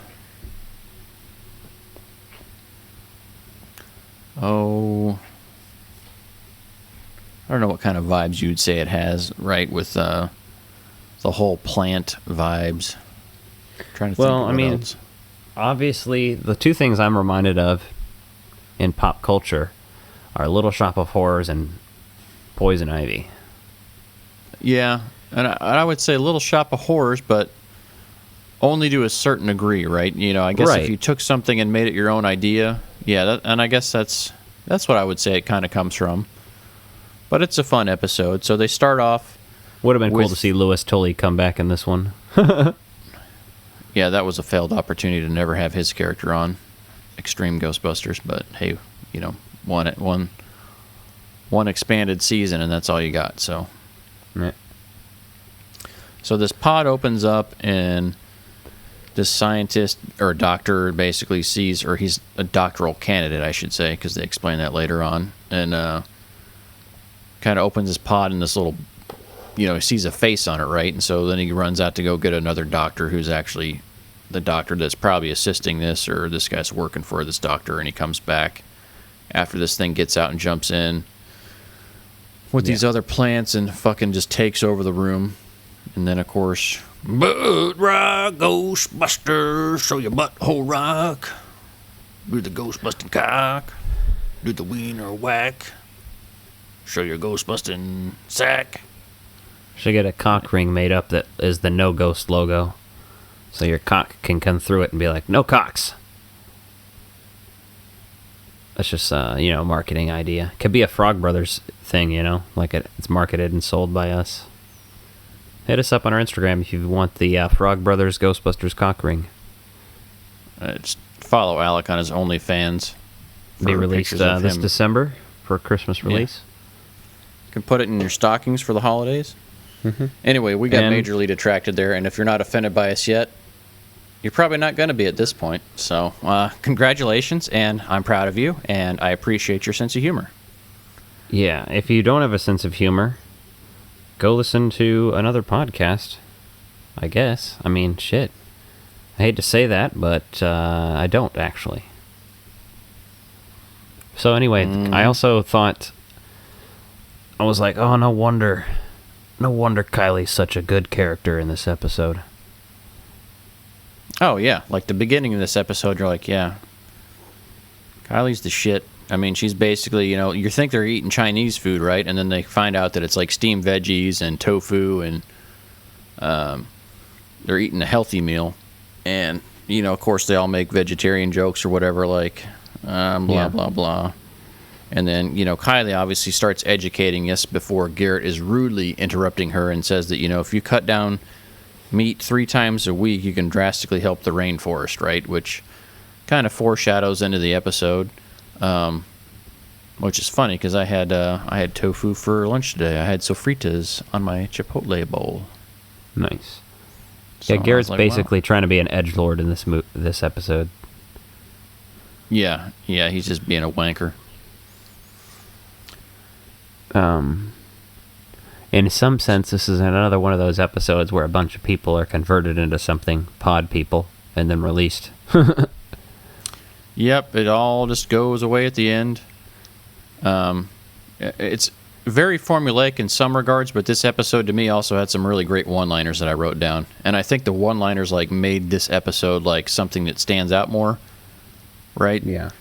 Because there's only so much you can do in the format. It's a short format, right? It's aimed at a younger audience, and you're not going to get away with crazy story stuff, so I get that. And you got to take it for what it is. But one of the funnier lines early on was when they arrive and that little bug escapes. Eduardo says, yeah, that thing was uglier than Marilyn Manson, or Marilyn Manson ugly. So, and then Garrett's all gung-ho because he wants to eat the plants before they eat us. That was another line he had. And then Kylie finds out, or she thinks she finds out, that this thing's called Cuja. And yeah, which I think I felt like she just kept saying Cujo, so I was picturing a dog in my head every time. Yeah, now Cuja. I still had closed captions on from when I was trying to figure out what the hell they called the episode last week. on my Hulu. So the other funny line had the on there same. was, yeah, go ahead. Well, Kylie basically figures out that this thing, or what she thinks it is it's good, and it just wants to restore plans to where it thinks it is in South America, right? It just wants to help restore nature, it's a good thing, okay, right? And you find out, okay, whatever. And Garrett's you want to help E.T. phone home? Fine. He's but basically he's not fucking helping if that's the case. Kind of what he gets at. So obviously a couple of pop culture references early on in there with Marilyn Manson and E.T. So the other thing is here, I do like the variety of equipment they have in some of these episodes, right? Where they've got this, I don't know if it's a freeze pack or what it is, but Yes. They basically just bring that in. That. And it's pretty cool, right? It also it looks like they reuse some of the style designs from the promo art with just the shape of the other packs that came with some of the Trendmasters toys. So you can kind of see where there's some carryover and some bleed stuff there where you're maybe they were just throwing those in there. So rewatching in episodes and seeing that, I don't hate the toy line for doing that as much just because it is different, but I digress. It's not exactly what it should have been, so I get it. Well, neither are their fucking outfits on those toy lines, so That's true. They're the same fucking dinosaur sound effects in this episode as the last one. Oh yeah, it's that same T-Rex sound, yeah.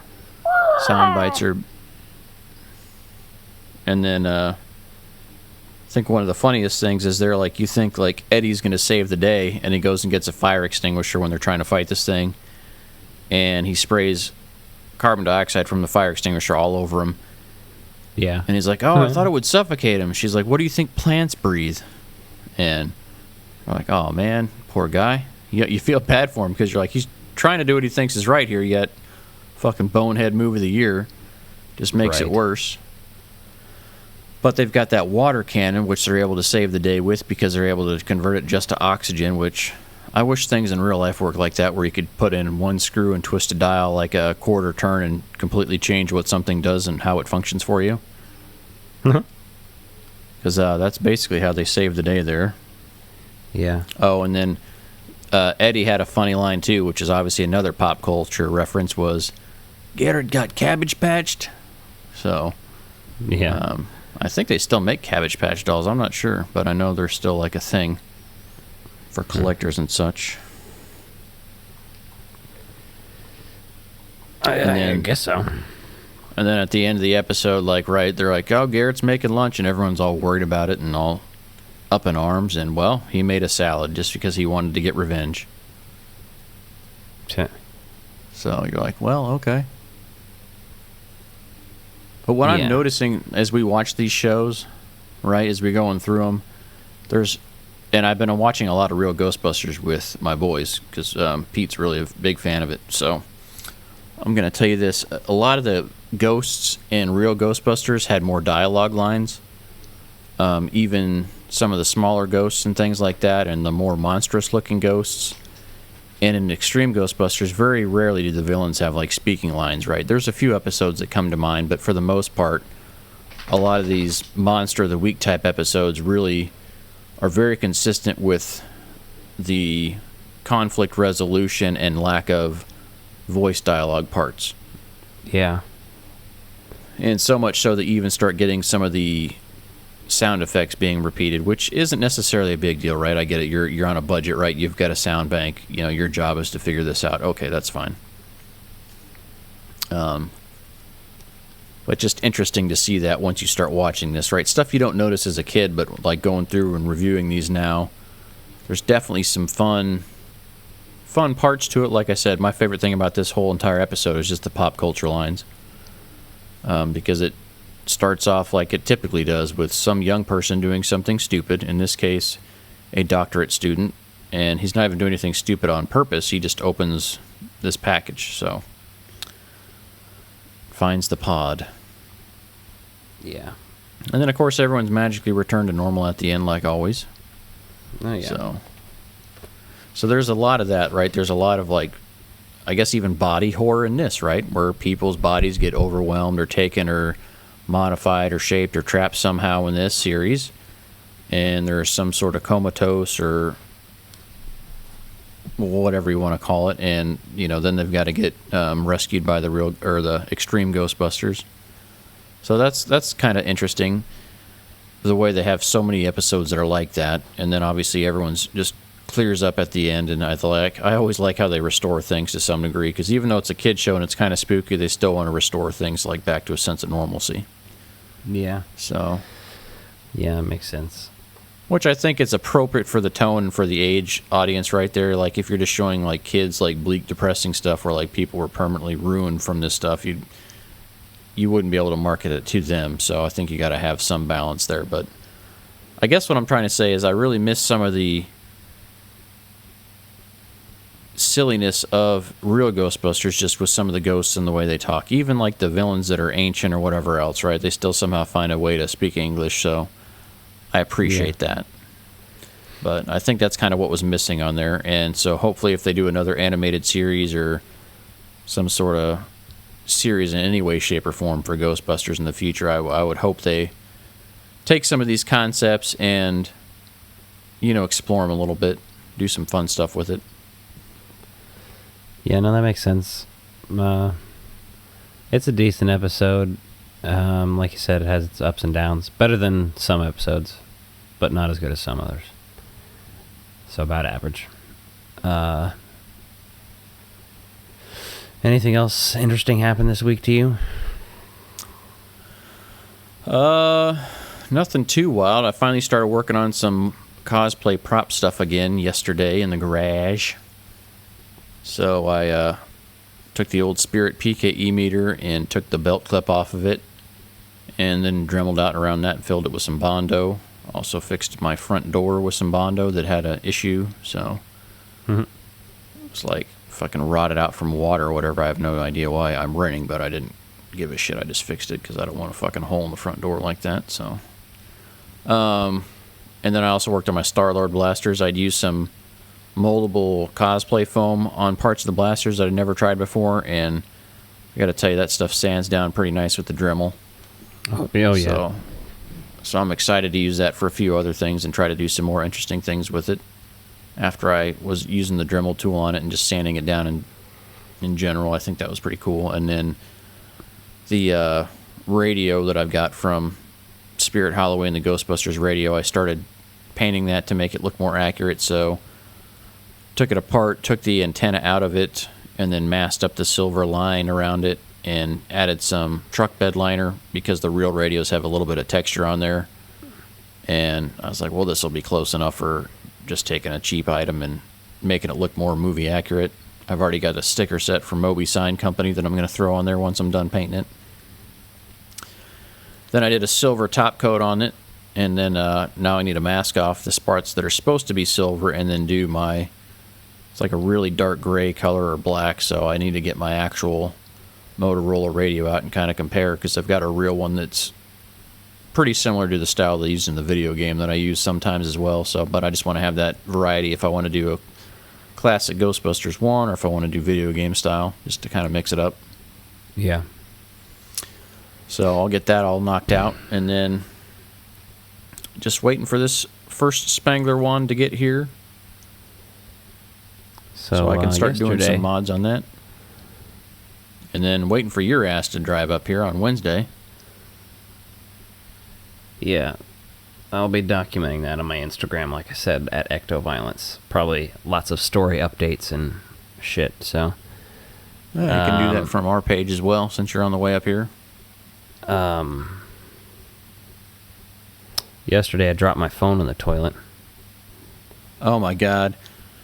So when you told me this story originally, I was only half-assed listening to you because I was reading an article on my phone too. Yeah, and I was like, oh man, that sucks. And you're like, what? And I'm like, wait a second. Because I didn't realize that you actually dropped it on top of... Yeah, so let me tell the story here. An unflushed bowl, so tell it, because I laughed so hard, that's the hardest I've laughed in months. That was fucking glorious. And let other people share in your pain. I was just, taking a shit in the morning before work. I had to be at work at noon. It's my last day at work at, where I'm working here before I move up there, so... I was just on my phone checking the news, perusing some Hasbro Con shit, and then I finished my dump, wiped my butt, put my phone in my pocket, stood up, pulled my pants up, heard another clunk in the toilet, turned around, panicked because then I saw my phone sitting on top of the unflushed toilet. And I had also pissed in the water, so it was piss shit water. And I instantly had to reach down in and grab it. Luckily, the toilet paper separated it from really getting on any shit, but it was still all up in that piss. And luckily, it was only in there for a second, and nothing was damaged. My phone's still working. Can I ask you a question? And I did end up, I was able to sanitize and stuff, but what? I was going to say, how did you sanitize it? Because I want to know. Like those cans you have of disinfectant spray, and then I also later on when I got into my car, I rubbed hand sanitizer all over it. Yeah, kind of for a minute I thought, like when I was talking to you, it probably felt like, oh man, this phone smells like R. Kelly's bed sheets. Yeah. Oh man. So that was a very unfortunate event. Other than that, I've just been getting together my shit for packing, and I went to Walmart today and almost bought the Red Power Ranger Lightning Collection, but I didn't buy it because I'm trying to hold out. I'm going to have to spend some money on Hasbro Pulse Con. I already accept that fate, so I'm trying to save all the toy money I have for right now for that, so I can find my own place and get all that going. I feel that, man. There's just so many toys coming out and stuff in the pipeline. Like the NECA Back to the Future line is supposed to be arriving soon, and I know some places are already seeing the animated series, which I think you pointed out to me is like that the $13 price point, very much in line with the Toonie Terrors line they have out already currently. I highly recommend getting them. Which for that price point, it's hard to beat, right? That's actually a really good price for something like that. So at first I was like, man, if those are all $30 each, I don't know if I want to go down that route. But yeah, I appreciate their price point on those a lot. But supposedly Target is going to have the Marty McFly in radiation suit as an exclusive for a while, is what NECA said. So that's supposed to be hitting stores this month, although I haven't seen anyone talk about them or find them in the wild yet, so who knows. Okay. I'm not part of any Back to the Future communities online other than just people who are in Yes, have some and stuff, so. Yep. Group therapy. Yep. Yeah. But yeah, I'm definitely going to have to get that toy line. Yeah, it's going to be pretty epic. Like that Ghostbusters sign. I think you said you recommended it to me or whatever. You sent me the link, and I definitely picked that up. Yeah, I picked. What else did I get? Oh, I got the Switch case. I'm like, yeah, for a couple bucks, I'll snag an extra Switch case. I've got a little bag for my Switch right now, like just a similar carrying case, but this one's much cooler, so I'll snag it. Hell yeah. Also expect us to do some more gaming stuff in the future. With Switch, they just released a bunch of stuff for Nintendo's 35th anniversary, some games on there through the online subscription, and then obviously they've got the 3D All-Stars available, which I'll be getting soon. It's not at the top of my priority list, so I will get that eventually. And Nathan about that, I'm sure, when he comes resident on next Nintendo month. expert, yeah, Nathan Bartocci. Mm-hmm. He just beat it, the N64, Mario 64 or whatever. Yeah, I saw he posted about that. He said a 7-year-old me would be proud. He beat it in 3 days. So, yeah. That's pretty awesome, though. Yeah, that's always a good feeling, going back and beating a game you never beat before, right? Right. I'm sure he beat it before, though. Well, yeah, probably. But, just getting to that point, I mean, I think everyone has that point where, like, you get pretty far in games and you may not beat them, and then when you first start beating games or getting through them all, then it's like the satisfaction you get out of that's pretty awesome. Exactly. Like, that's how I remember the first game I remember really playing through in depth multiple times was Resident Evil 2. Because it was 2 discs. You could play as Leon or Claire, I think, and then you had just so many options, and then the replayability. If you beat the game with certain metrics, you could get unlimited weapons and stuff. So, or play as the famous Tofu with a knife only. I'm like, holy shit, there's some pretty cool stuff in there. Mm-hmm. So we might do some retro gaming stuff, just depending on how time comes out and how long COVID goes on. So there's plenty of content we can find that's vintage, but if life ever comes back to social interactions again, we will definitely be doing some more current events. So anyway, I think that pretty much wraps us up for this week. So expect to hear from us this weekend sometime. We might do a bonus episode with some Hasbro Pulse Con stuff to talk about. We might just do that as a live event after on Saturday night, and then do some follow up or post that audio section to. That's logically what I think, and we'll do is go live, and then we'll post that live video to YouTube, and then upload it as a bonus episode audio. So I think that's probably what we'll end up doing logically. So look forward to that. Yeah, but that'll probably be fairly late Saturday night, but we'll all be hanging out here. I've got my boys over, so they'll be hanging out with us. So we'll have to wait till they're all settled down. Otherwise, we won't be able to have any kind of a conversation. So we'll probably be playing Ghostbusters before then, which is fitting because that's what we'll be talking about. Oh, the last thing I would say is if you can find that Stay Puft Marshmallow door greeter at Walmart, get it. For fucking $20, that thing is epic. The what? The Stay Puft door greeter, yeah. I picked one of those up last week for the boys. So I already had like a Build-A-Bear Stay Puft, and like I thought that one was a pretty good sized. Very much reminded me of the Kenner one I had as a kid, but this door greeter like has metal stands and piping through it to help keep it upright, but it's still pretty soft and fluffy, so like that thing's amazing. I did see the Slimer on top of the pumpkin blow up, inflatable it for your yard or whatever at Walmart, but I didn't see the Stay Puft. I don't know how much the Stay Puft is, but I think those are about $30. I have the previous Stay Puft model where he's holding a pumpkin or something like that in his hands. Yeah. So. Yeah, I kind of want to get one or two of those maybe, but the Slimer one I think looks like ass, to be honest with you. But if I just don't like the pumpkin underneath it, but the Slimer itself doesn't look too terrible for a fucking inflatable. And that's a re-release of the old model. The old model had a headstone underneath Slimer. Yeah, I think that would be better. Yeah, but that's the older model. But either way, like with the Slimer I have and some of the Stay Puft stuff, I'm definitely ready to decorate for Halloween. Ah, yes. Well, get into your own spooky season.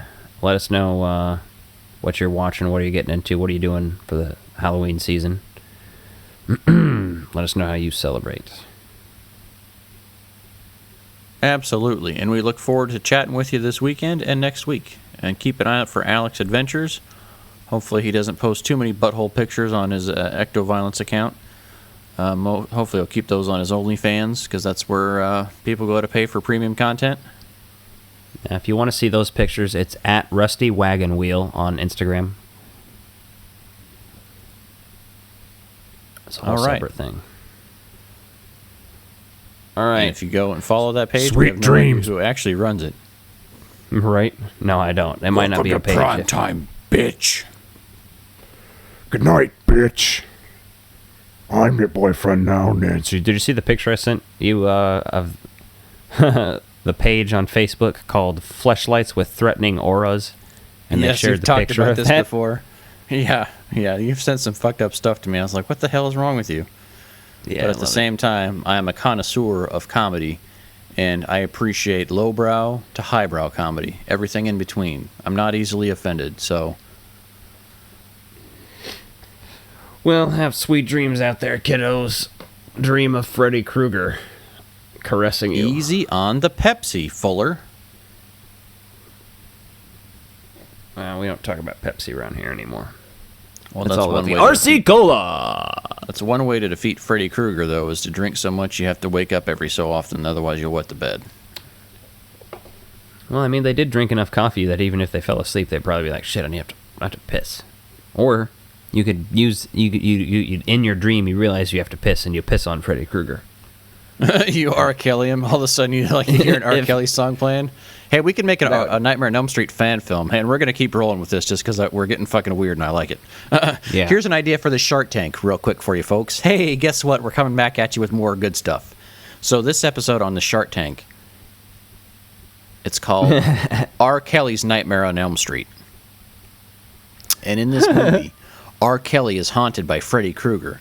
But R. Kelly drinks so much water before he goes to bed that every time Freddy's about to kill him, R. Kelly wakes up and has to piss.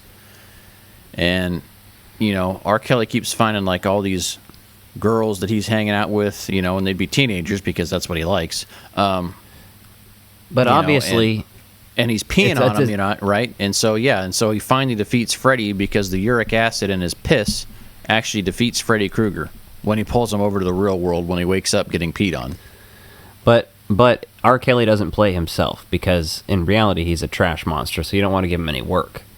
No, Dave Chappelle has to play him. I was about to say who else but Dave Chappelle also does the soundtrack. Yes, and he does, and he'll even do the new songs. So exactly. But drip, that's drip.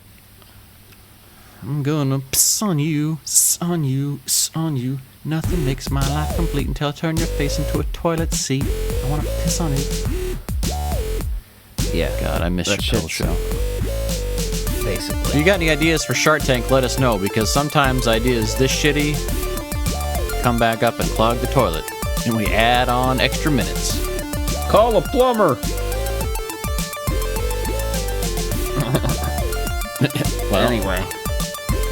That's it for this week's episode, ladies and gentlemen. We're fucking weird enough as it is. We'll see you on the other side. We came to a screeching halt. Good night. These are my dinner guests, the Frog Brothers. Frog Brothers. Frog Brothers. These are my dinner guests, Frog Brothers. Frog Brothers. Frog Brothers. These are my dinner guests, the Frog Brothers. Frog Brothers. Frog Brothers. These are my dinner guests, Frog Brothers. Frog Brothers. Frog Brothers. These are my dinner... Shut this off. Shut these all off.